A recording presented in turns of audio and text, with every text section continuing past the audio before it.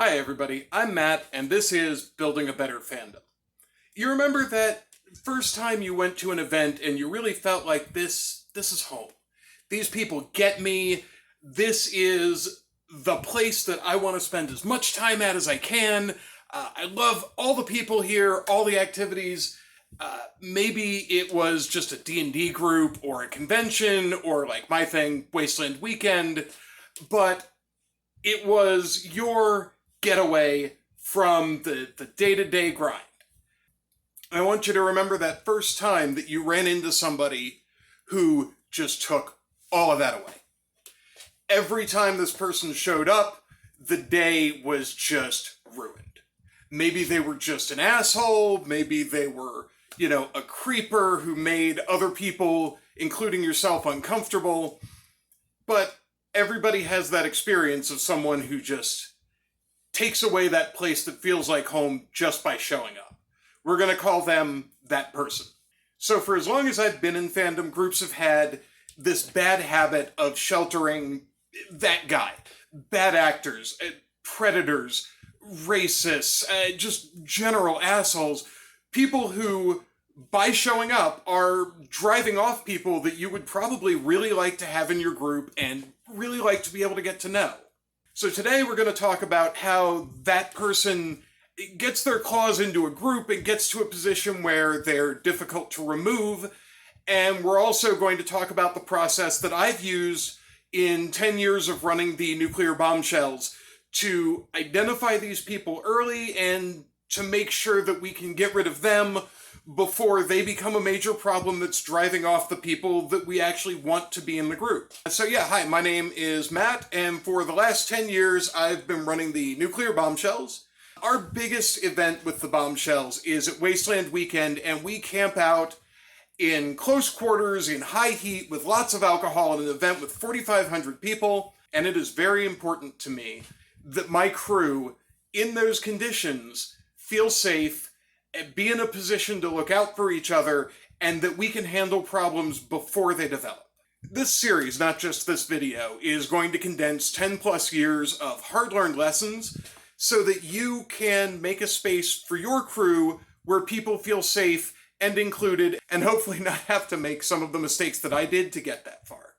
Before we get into discussing how to get rid of that person, I want to give an example of what happens when you don't. Now, this is a group that's local to me in Las Vegas, so I'm going to be a little general and not name any names. I do hear this group has come a long way since the event I'm about to explain, but it is a perfect illustration of what happens when you let a small problem fester until it becomes a large one. This group had a guy who was always the first to show up when work needed to be done. He donated time, materials, money, whatever he could.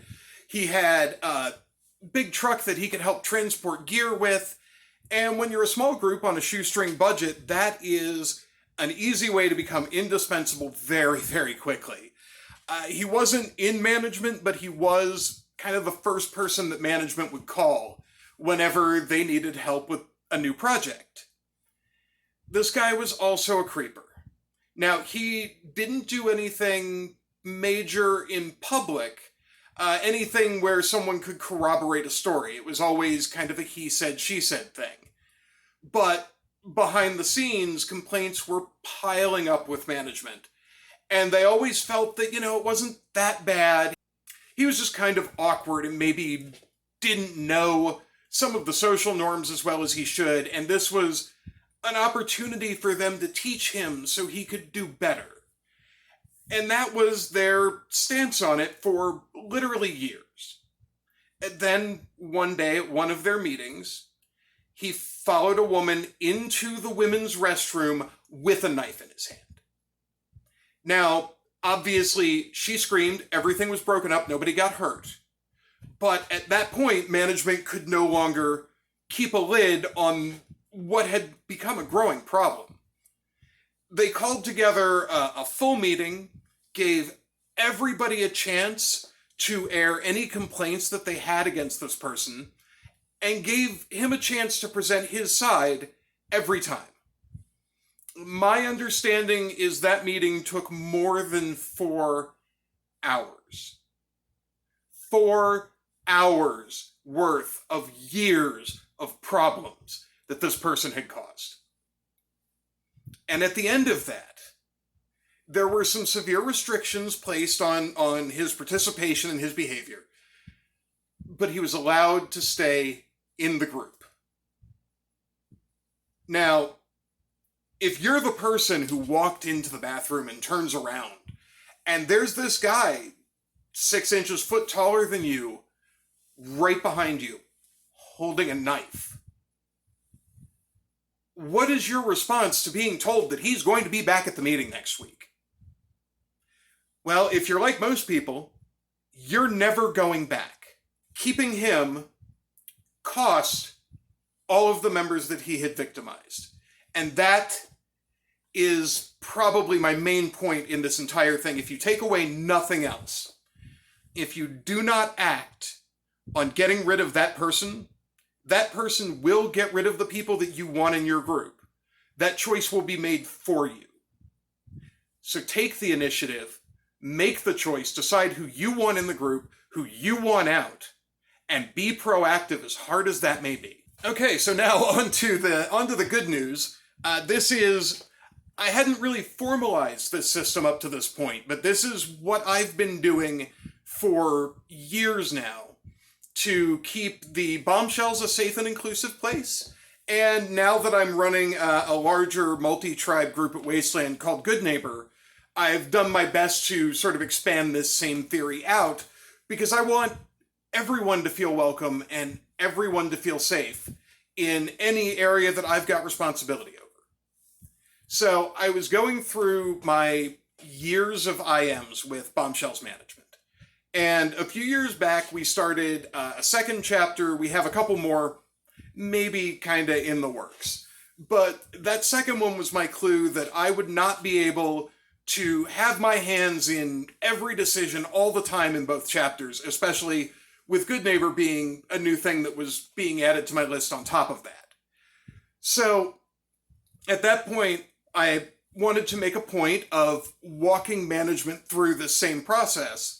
And I managed to find a perfect example where it played out in my instant message box.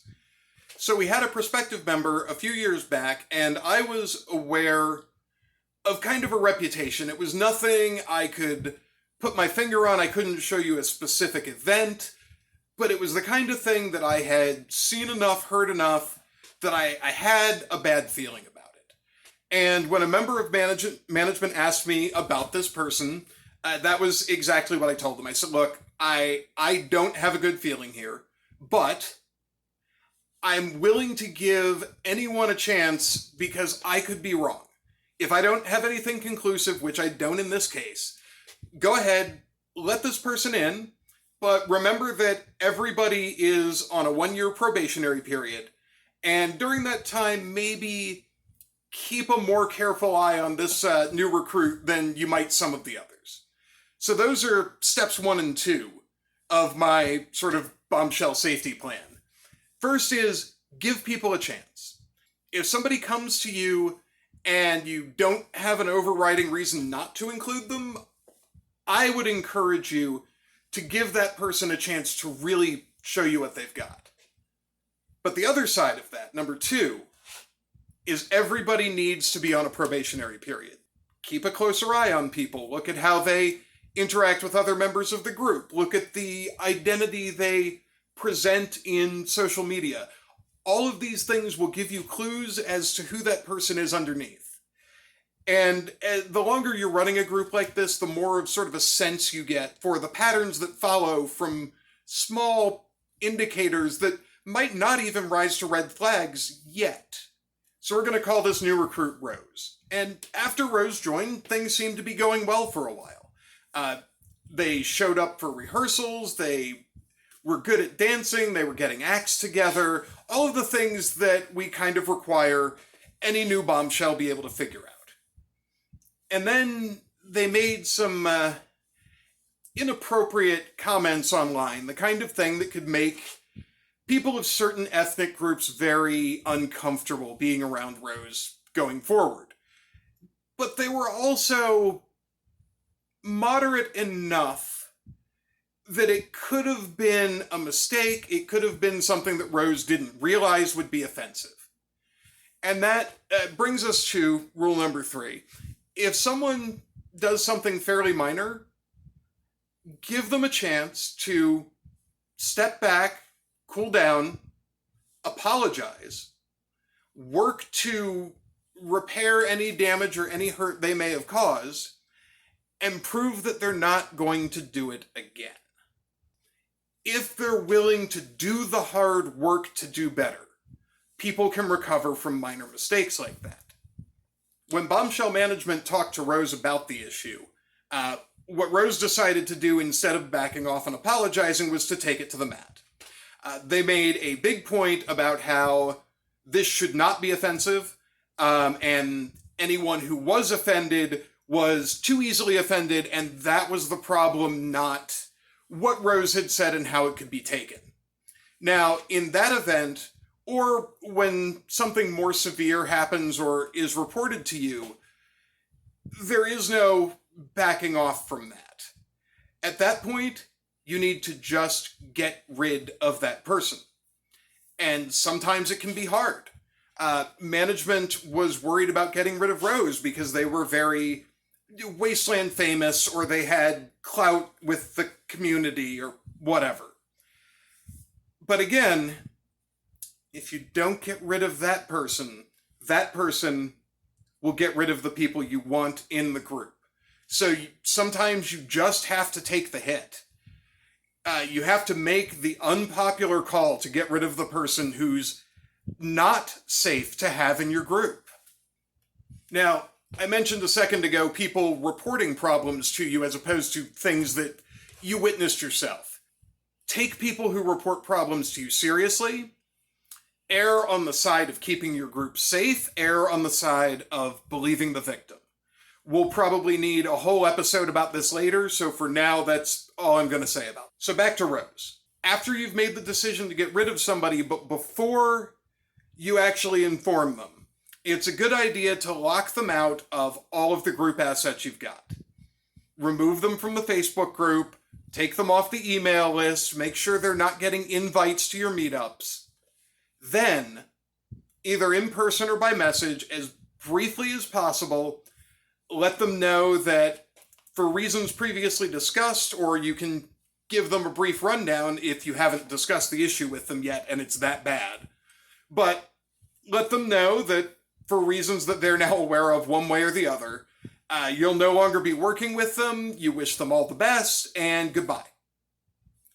And that's it. Keep it brief, keep it professional, don't go back on it. And once you've done that, all that's left is just to move on. If they try to start an argument with you, one-on-one, walk away. If they do it on social media, block them. Let them say whatever they want about you and the group. If you have to comment on it to people outside, keep it short, keep it professional. If they're not a danger, we had our differences. If it is a safety issue, you might want to say, we felt that it was not safe for the rest of our group to have this person continue to work with us. Don't take the opportunity to badmouth the other person. All that's going to do is make you look bad, and it's going to make you look like you don't have control of the situation. You have other things to spend your time on. You have the work of the group to be working on. Do your group thing. Everybody's back to having fun and being home. So today we went over the problem of that person. We went over the most important part, that if you do not deal with that person, they will run off the people that you want in the group. So choosing not to deal with that person is choosing to remove those people from the group. You cannot have both, and not taking a stand is taking the side of that person.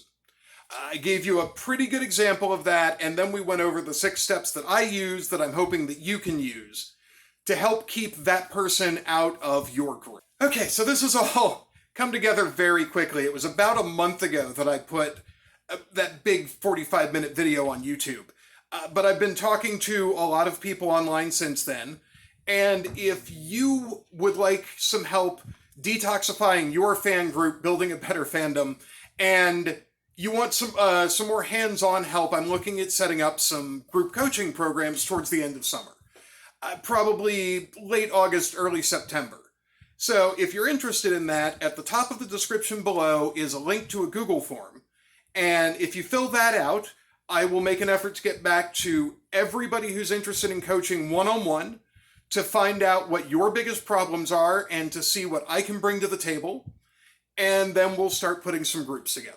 Also, if you're just interested in keeping up with this channel and some other similar projects that I'm working on, you can sign up for the email list there as well.